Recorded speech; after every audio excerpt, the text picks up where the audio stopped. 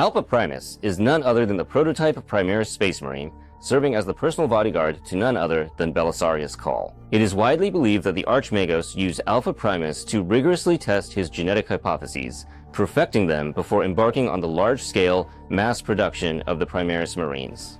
But what did he become? Was he just a puppet Primarch, or merely the personal toy of some maverick genitator? We will find out now.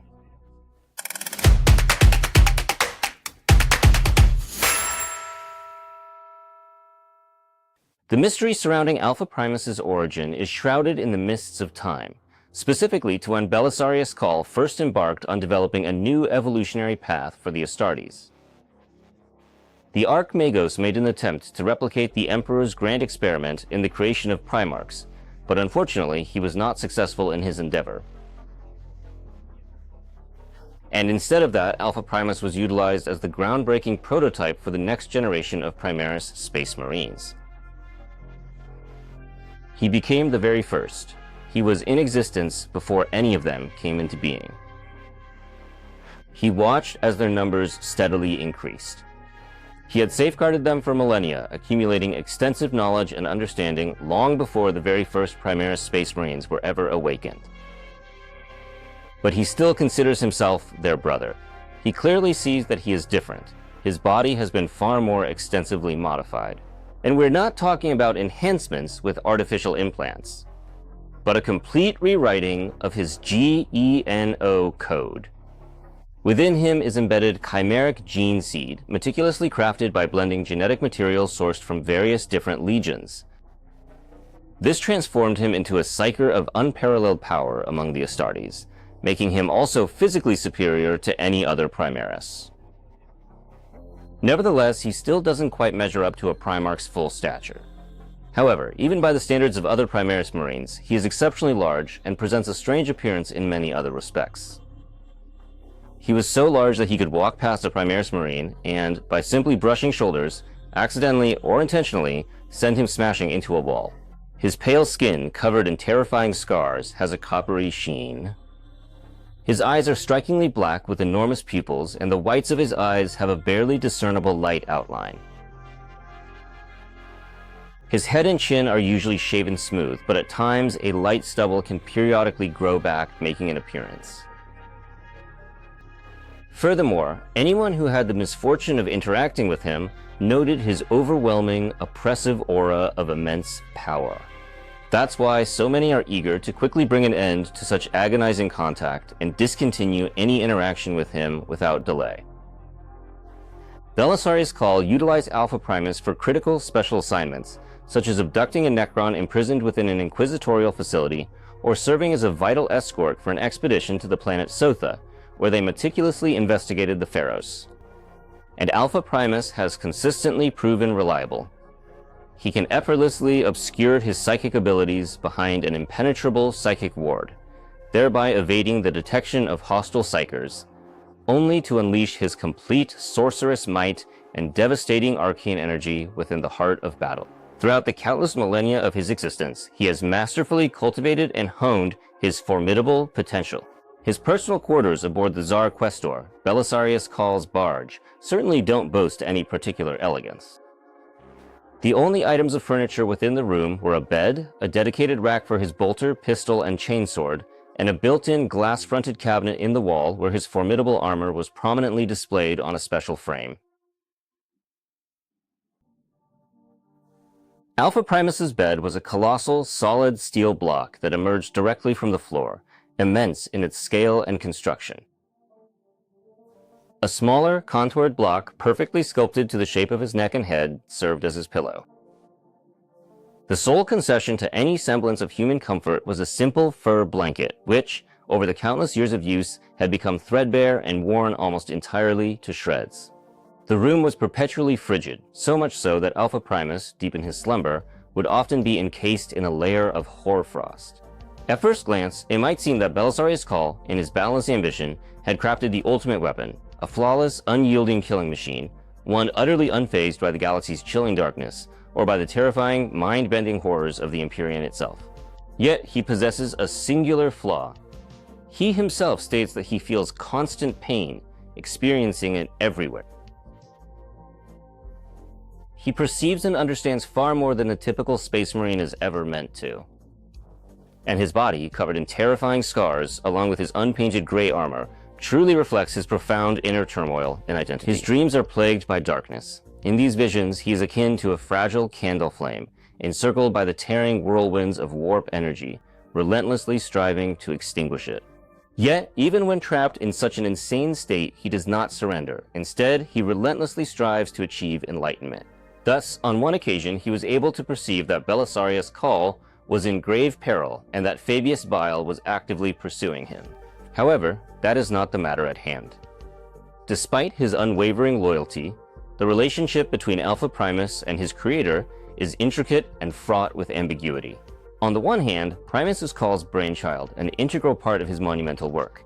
Yet on the other, he stands as an independent individual, fully capable of opposing the Archmagos' own views and perspectives. His reflections resemble philosophical debates between a teacher and a student, or perhaps something even deeper, between a creator and creation. He even bears a striking resemblance to that creature from the ancient Terran legend, a monstrous being painstakingly assembled by a mad scientist from the assorted remains of various deceased bodies. Through his very existence, Alpha Primus raises a number of important questions for the Imperium. Firstly, there's the ethical question concerning the creator's rights. Alpha Primus's inner turmoil stems from his persistent efforts to perceive himself as an individual rather than merely an instrument. He grapples with an acute sense of the unnaturalness of his genesis, given that all Space Marines were ultimately fashioned by the Emperor himself. The Primaris Marines, however, are merely their enhanced brethren. But he is something utterly different, not created by the Emperor, and therefore he doesn't perceive himself as an integral part of that vast brotherhood, but rather as a peculiar anomaly, separate and unique from all others, an outsider in his own existence. During his discourse with Vitrian Messinius, captain of the White Consul's 10th Company, Primus endeavors to position himself in opposition to Belisarius Cawl, and thereby diminish the recognition of Cawl's contributions and accomplishments. He states that he possesses no true name, that his creator refers to him simply as Alpha Primus, and perceives this as an innocent jest, for his master truly delights in making light of things. He believes the Emperor himself instilled the Primarchs with inherent grandeur, whereas Cawl merely endeavors to replicate that very same monumental feat. He created an abomination. He also cautions against placing full trust in the Archmagos, suggesting that his genius is significantly overstated. Cawl, despite considering himself infallible, can still be mistaken. He considers himself a mere instrument in the hands of his god, the All-Messiah, who is none other than your Emperor. You see, I perceive many things. When I gaze beyond the harsh veil of reality, I witness him ablaze in the fire of his beacon, forever tormented and writhing in agony. Gods don't suffer. He can't be a god. That is how I understand it. Consequently, Cawl's understanding of the universe is fundamentally flawed.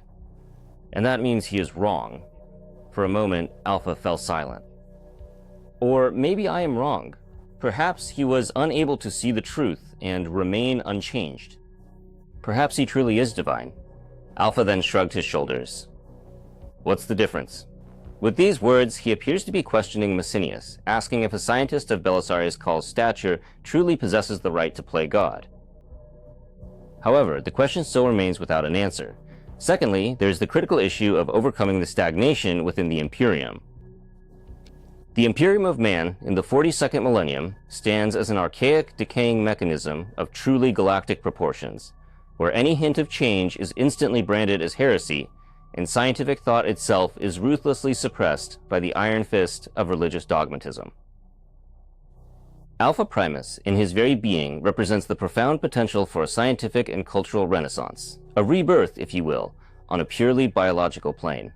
Indeed, when one truly considers it, even amongst the Primaris Space Marines, Alpha Primus represents a significant leap forward, pushing the boundaries of what is conceivable and transcending the very limits of possibility. The very fact of his existence suggests that the Imperium itself could be different. His constant introspection, his deep dissatisfaction with Cawl, and his profound moral questing may indeed harbor a destructive nature, Yet simultaneously, they eloquently mirror the Imperium's burgeoning aspiration to liberate itself, even if incrementally, from its entrenched state of ossification. Thirdly, there's the fear of fresh heresies. Even though Belisarius Cawl asserts that the very technology by which he brought Alpha Primus into existence is now irretrievable, the sheer presence of such an extraordinary warrior on the battlefield decisively tips the scales of power in favor of the loyalist forces. And the unprepared minds of the Terran bureaucrats will undoubtedly, one day, begin to ponder.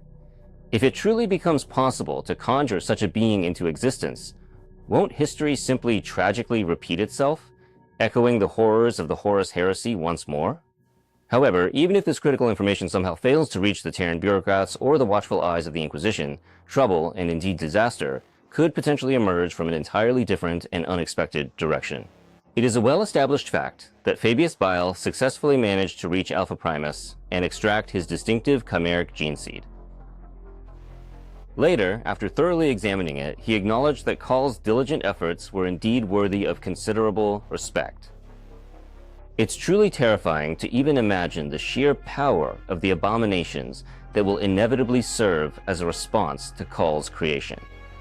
To encapsulate, Alpha Primus at its core serves as a formidable instrument of Belisarius Cawl, remaining steadfastly loyal to his progenitor merely by the virtue of his genesis, yet he is unequivocally not a true Primarch, for Cawl ultimately fell short in fully replicating the Emperor's grand triumph.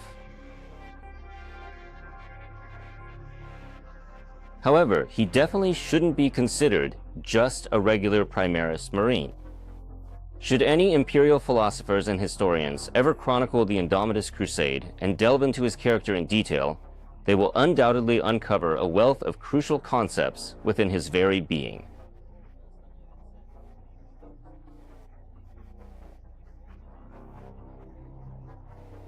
The concept of Imperium renewal through scientific advancements, the intrinsic struggle between the creator and their creation, and the dual nature of being both a threat and a beacon of hope for all of humanity.